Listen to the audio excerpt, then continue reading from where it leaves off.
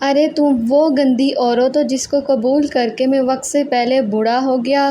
تم وہ بدبخت عورت ہو جس نے مجھے میری ماں میرے سگے بہن بھائیوں سے دور کر دیا۔ دیکھو قمر، مجھ سے نوکرانی بن کر نہیں رہا جاتا، سمجھے؟ میں نہ تو تمہاری ماں کا ٹھیکہ لیا ہوا ہے، نہ ہی تمہارے بھائی کے بچوں کا۔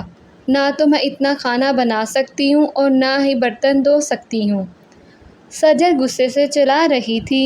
قمر پاس بیٹھا ہاتھ تھاما، میری جان تھک جاتی ہو نا؟ اچھا چلو میں کروں گا بات امی سے، تم نہ کیا کرنا کام۔ سجل خاموش ہو گئی۔ رات کو قمر امی کے پاس بیٹھا ہوا تھا۔ امی جان آپ سے ایک بات کرنی ہے۔ ماں نے ہاں میں سر ہلایا۔ ہاں میرے بچے بولو۔ امی دراصل بات یہ ہے کہ چپ ہو گیا۔ امی نے پھر پوچھا، ہاں میرے بچے بولو کیا بات ہے؟ اصل میں سجل آج مجھے کہہ رہی تھی وہ تھک جاتی ہے، اس سے اتنے گھر کے کام نہیں ہوتے۔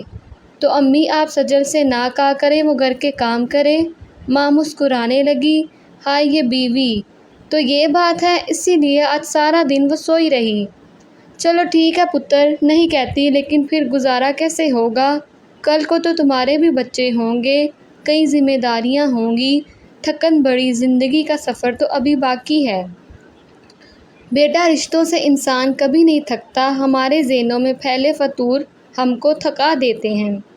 بیٹا میں کسی کو پابند نہیں کرتی، وہ گھر گرہستی سنبھالے۔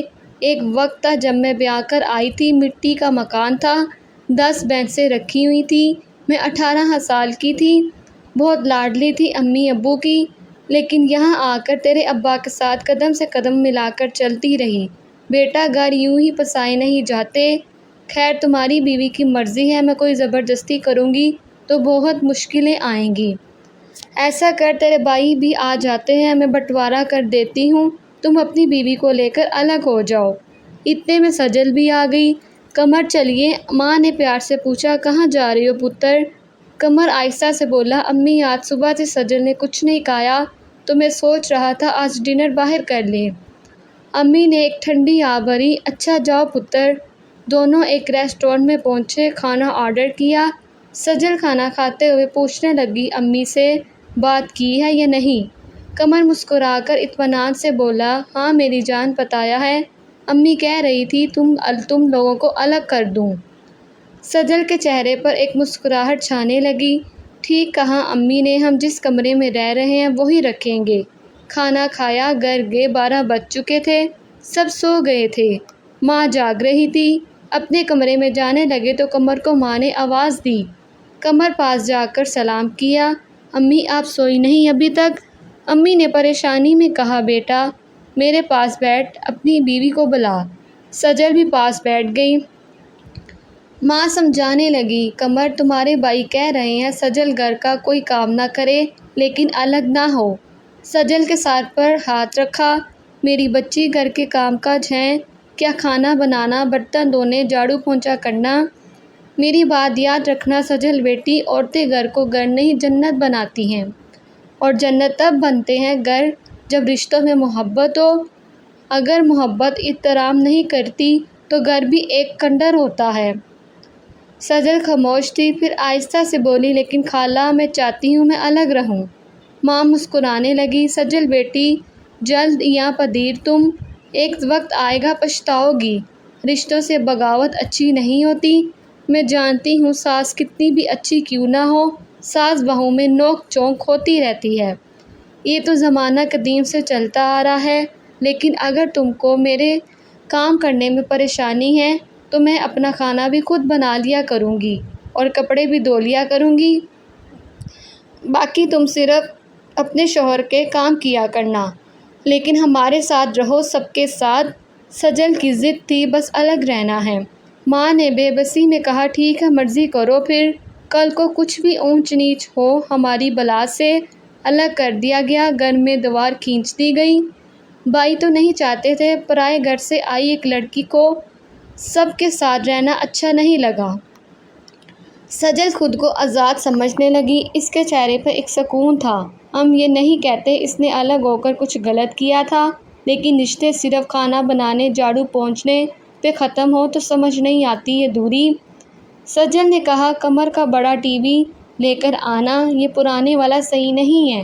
قمر نے پیار سے کہا، ٹھیک ہے میری جان، لا دوں گا۔ ٹی وی بھی آ گیا۔ اب سارا دن یا تو موبائل فون پہ مصروف رہتی یا پھر ٹی وی کے سامنے۔ قمر ایک ہوٹل میں ویٹر کا کام کرتا تھا۔ سارا دن وہ ہارا جاتا، محنت کرتے ہوئے مالکان کھڑی کھوٹی باتیں بھی سنایا کرتے تھے۔ گھر جاتا سجل فون پہ اپنے میکے بات کر رہی ہوتی، قمر خود کھانا گرم کرتا، کھا کر سو جاتا۔ سجل کہنے لگی، قمر میں تو کہتی ہوں ہم یہ گھر بیچ کر شہر چلے جاتے ہیں، وہاں کوئی پلاٹ خرید کر گھر بنا لیں گے آہستہ آہستہ۔ قمر تھکا ہوا تھا، سجل پاگلوں والی باتیں نہ کرو، اللہ کا شکر ادا کرو۔ سجل بولی، پھر ایسا کرو مجھے 2 لاکھ روپے دو۔ قمر حیرانگی میں بولا، 2 لاکھ خیریت ہے نا؟ ہاں خیریت ہے، میرا بھائی دبئی جا رہا ہے تو ابو کہہ رہے تھے اس کے ویزے کے 2 لاکھ کم ہیں۔ قمر بے رخی میں بولا، یار تو میں کیا کروں، 2 لاکھ کم ہے تو میں خود پریشان ہوں۔ 2 لاکھ ہو تو میں کوئی کام دھندا نہ شروع کر لوں اپنا۔ سجل آہستہ سے بولی، میری جان آپ پریشان نہ ہوا کریں، میں کیا سوچ رہی تھی، میرا جو گولڈ ہے نا اس کو بیچ دیتے ہیں، میری ابو سے بات ہوئی ہے، ابو کہہ رہے تھے ہم نیا بنوا دیں گے۔ قمر غصے سے سجل کی طرف دیکھنے لگا، یار تم پاگل ہو گئی ہو کیا؟ ابو کو منع کر دو، ان کو بول ہمارے پاس کچھ نہیں ہے۔ سجل منہ بنا کر بیٹھ گئی، یہی تمہارا بھائی مانگتا تو تم گھر بھی بیچ کر اس کو پیسے دے دیتے۔ قمر بہت تھکا ہوا تھا، کروٹ بدل کر بولا، یار جا جو تیرا دل کرتا ہے کرو، میں کچھ نہیں جانتا۔ دوسرے دن قمر کام پر چلا گیا۔ سجل نے اپنے بھائی کو فون کر کے بلایا، گولڈ بیچ کر 3 لاکھ روپے اپنے بھائی کو دے دیے۔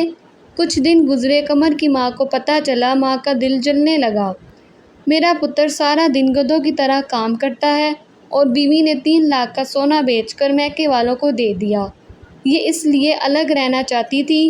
ساس نے کافی شور کیا سجل کے گھر آ کر۔ سجل غصے سے بولی، تم کو کیا تکلیف ہے میں گولڈ بیچوں، یہ گھر ہمارا ہے، ہم اپنی مرضی کریں گے۔ ساس بہو میں کافی تکرار ہوا۔ قمر کے بڑے بھائی نے امی سے کہا، چھوڑیے امی، جب اس کو الگ کر ہی دیا ہے پھر کیوں دخل دینا اس کی زندگی میں۔ بڑا بھائی امی کو گھر لے گیا۔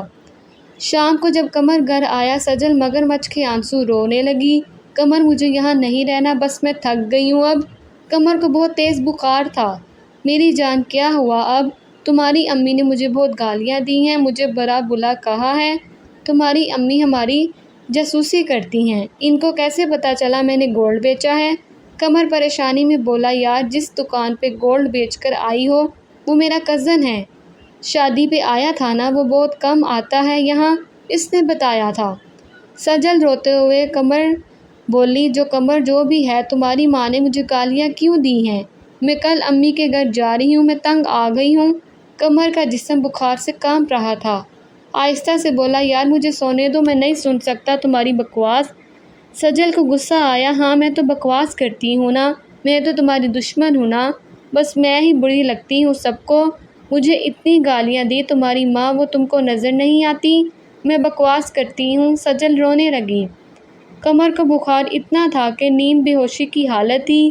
اتنے میں دروازے پہ دستک ہوئی، بار بار دستک ہوتی رہی، سجل پاس بیٹھی رو رہی تھی۔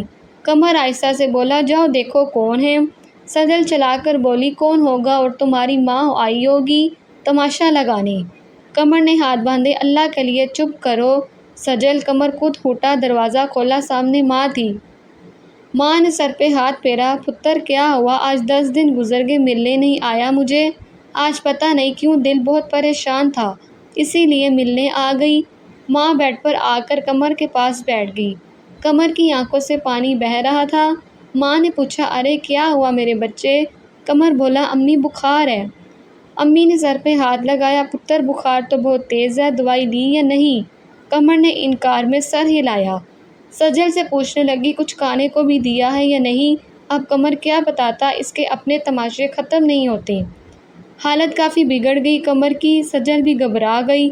جلدی سے قمر کے بھائی کو بلایا، ڈاکٹر پاس لے گئے، ڈاکٹر نے چیک اپ کیا، ایڈمٹ کر لیا، بخار کی وجہ سے دورے پڑ رہے تھے۔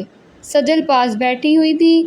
ماں بھائی قمر کو ذہنی سکون چاہیے تھا جو سجل نے اس کی زندگی کو جہنم بنا رکھا تھا۔ بھائی نے قمر کا